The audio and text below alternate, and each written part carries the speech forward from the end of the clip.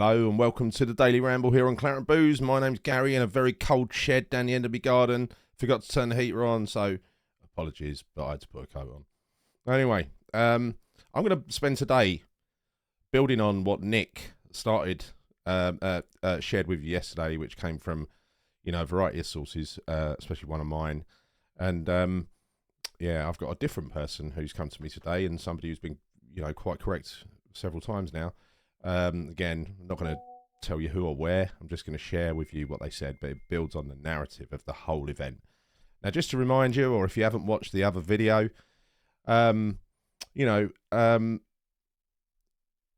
was about an incident at a players' meal the other night, and I just need to clarify the kind of message that I got suggested that, it's kind of put in a way of like the Tuesday night players' meal or whatever it was, and that kind of suggested to me that was a regular thing. Turns out it was a Christmas party, so I don't know whether it's a regular meal that this week was a Christmas party or it was just a one-off. I don't know, but anyway, there you go. That's that.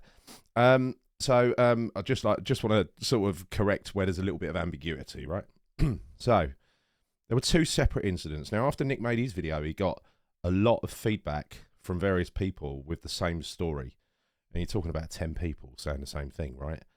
And they were at the game on Saturday, and they said after the game, after the final whistle, there was a big, what looked like a very, very difficult a difficult conversation or a falling out between Pablo and Paqueta and Moyes, sort of in the centre circle or something like that. And they were not happy. They were not happy. And so that seems to have been sort of taken forward into the players' meal, either next day or day after. And so I don't know who was at that meal, by the way. I don't know. I mean, we know that David Sullivan was there. We know Lady Brady Out was there.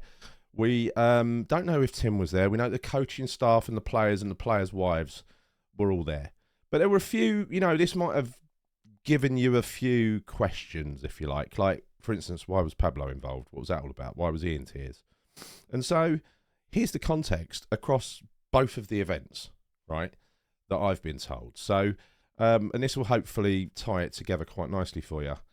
So, on Sunday, yes, Paqueta did have a few words with Moyes. And Fornals, Paqueta, he doesn't speak English, or not very well anyway, right? It's pidgin English at best. And Fornals is kind of, sort of his interpreter, if you like. And basically what happened was, at half-time on the game against Burnley, several players basically said they had views, they had opinions on playing Ings up front. Now, from Danny Ings' perspective, I don't know. I assume Danny Ings being long in the tooth and a senior professional, probably decent reputation, not a shrinking violet. I assume he agrees with this as well in the way he's been played anyway. So I don't think it's anything personal to Ings. It's just, look at this, what you're doing. You're playing him up front and we're trying to hit him with long balls. So, but clearly it wasn't working at half time. So they suggested to bring on Mabama. It didn't happen until the 65th minute, right? And by this point, Lucas Paqueta had, I'm going to have another look at this game to see what happened, because I do remember Lucas Paqueta trying a lot of showboating, right? I assumed it was because he was pissed off being out on the left and everything else and couldn't find a way through, so he was trying real Hollywood passes. But apparently he'd sort of down tools and he'd given Moyes the ump. And so when Mabama came on, which is what the players were asking for, there was a change, but they still kind of lacked that cutting edge. And that's when Kudus just took the bull by the horns, which was our first impression, right? And the rest is history, right? He set up 2 goals. Fabulous, absolutely fabulous. And at full time, Moyes called out Paqueta for having an attitude problem and doing too many flicks and tricks, and he was doing it through Pablo, and he took offence and said to Moyes, see what happens when you've got a striker on the pitch. Yeah, not unreasonable. But and there's also a video, I think Nick commented on that as well, of Kudus coming off the pitch at the end saying never give up. And apparently that wasn't a come on guys, we never give up as a team and everything. A bit of a dig, right? So at the dinner on Monday, it was actually, words were exchanged between Moyes and Paqueta via Fornals. And again, this is, you got to bear in mind, right? What I'm saying here is what I've been given. You know, this is rumour upon rumour upon rumour. It's reached me probably in its 85th version of the story. So take the detail, if you like, with a pinch of salt. Believe what you want to believe. Don't believe what you want to believe. What you don't want to believe, right? So,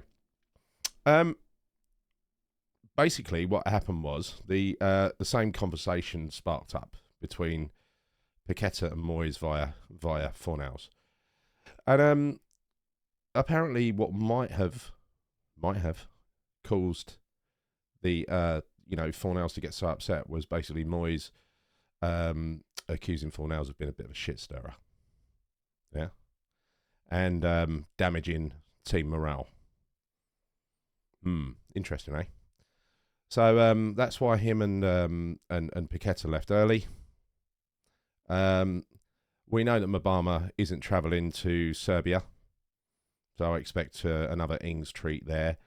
I think that's probably to rest him because now he is being seen as maybe a useful squad member or actually our first striker. Who knows? Who knows?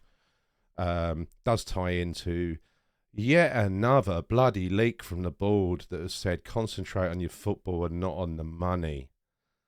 I mean, for God's sake, Sullivan, what are you doing to this kid?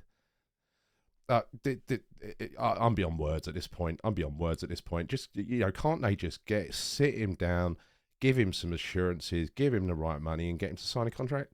Too simple? You tell me. I don't know, but one thing's for sure, this disturbs me big time because that doesn't surprise me, Paqueta and Moyes falling out. I think we've seen from Paqueta's body language that he ain't happy. I think we've seen from Kandusi's body language that he ain't happy being basically played as a supplementary right back to protect Soufal for half the game, 3/4 of the game, and then and being heavily marked out of the game by a couple of defenders, and yet we ain't got the ability to switch the game properly to take advantage of the fact that you've got two defenders over here, right? Which is what you should do. That is the whole reason of having attacking flair players like that. You attract players, they attract defenders, they free up space for other people. But we move so bloody slowly that we can't take advantage of it. So we end up with literally our only, forward-looking threat being Kudus, and that's just shut off. And when Paqueta fancies it, he's shut off by two defenders as well. But whenever we're doing it, nothing's happening on the other side of the pitch. I don't know if you noticed. Listen, that's the rumour, the full story. The big worrying thing for me is this was done. I don't know whether it was a private conversation between Fornals and Moyes, whether it's something that Moyes was shouting across from another table, whether they were all on the same table. I don't know who heard it, but I can't imagine, unless they're absolutely blind and deaf, or whether they were down the end, I don't know, behind a screen or something, that Lady Brady and David Sullivan, senior board members, they let this shit go on. Now they know, in no uncertain terms, and Nick has had this from his sources as well, that there is unrest in the camp, and there has been unrest in the camp for a long, long time, including people like Souček, surprisingly. Because again, all these players are being played out of position, and they don't like it because they realise it's making them look bad, right? We're edging past certain teams, bad teams. We're in 9th position. Some people want us to just look at that and ignore the detail. Well, we're not. We run a West Ham channel. Why would we ignore the detail? Otherwise, we'd be like teletext, right? We do a Sunday night show. We wouldn't need any of us on camera. We just put up a fucking set of scores. We're not going to talk about it, right? Or we gaslight you and say, "Oh, that was fantastic, wasn't it? Well, fantastic, brilliant, absolutely fantastic." No, we're in shtuck because we've got December coming up, a massive fixture pile up. We've got a must win against Freiburg in a couple of weeks, and I think that is a game that we will win. I firmly believe that. If we don't, we're going to have to play. We're going to have to disturb, I think, our January by playing a 2-legged playoff against one of the teams relegated from the Champions League. So it's all on that game, and it shouldn't have been all on that game. You know the history. So yeah, that's difficult. As for Mabama, I just wish they'd sort him out. I've been listening as well. This is just one last thing I'll mention, right? I've been listening to, what are their names? Jack Elderton and Callum, forget his surname. Sorry. Anyway, it's a good listen. It's a podcast, an audio podcast, where they go into West Ham detail, a lot of detail, and they back it up with stats and all this sort of stuff. And I've listened the last couple of episodes with quite a lot of interest because, firstly, what got my attention is they started talking about other managers who would fit our squad. And I've got to say, there are some exciting things that they've said on there. This is also, by the way, Callum did a video on Hammers Chat, 12 Minutes with Charlie or something, which I thought was excellent. That manager they spoke about at Real. I always get me Reals wrong, don't I? Could be Sociedad. Could be Vallecano. Could be anybody. Who knows? Anyway, you should give that video a watch because it's quite inspiring in a way if the likes of Stuyton are thinking in that way, like making optimal use of the available resources. But I listened to some of the detail, and I think they reached the same conclusions as we do, which is, Souček's not a number 10. He shouldn't be playing in that position. Aguerd makes loads of mistakes. Shouldn't really be playing. Usually costs us goals. Playing deep is not suitable to him. He should be played in a progressive team with a high line. Yeah, we kind of know that. JWP is worse than useless being played as a CDM. Right? He is a forward-looking attacking player who should really likely be played in Souček's position. Now, I know that kicks Souček out of the team. And again, this is not a personal thing on Souček, but if you want your best team to be... our best team, played in their right positions, would not struggle to beat Burnley. The team that Moyes selects just about beats Burnley with almost the last kick of the game via a Souček cross and a bit of brilliance, individual brilliance from Kudus. That's the difference. Now, if you want to just look at that statistically and say, look at all the goals Souček is scoring, he's won us 2 games in a week, that means he can't be dropped.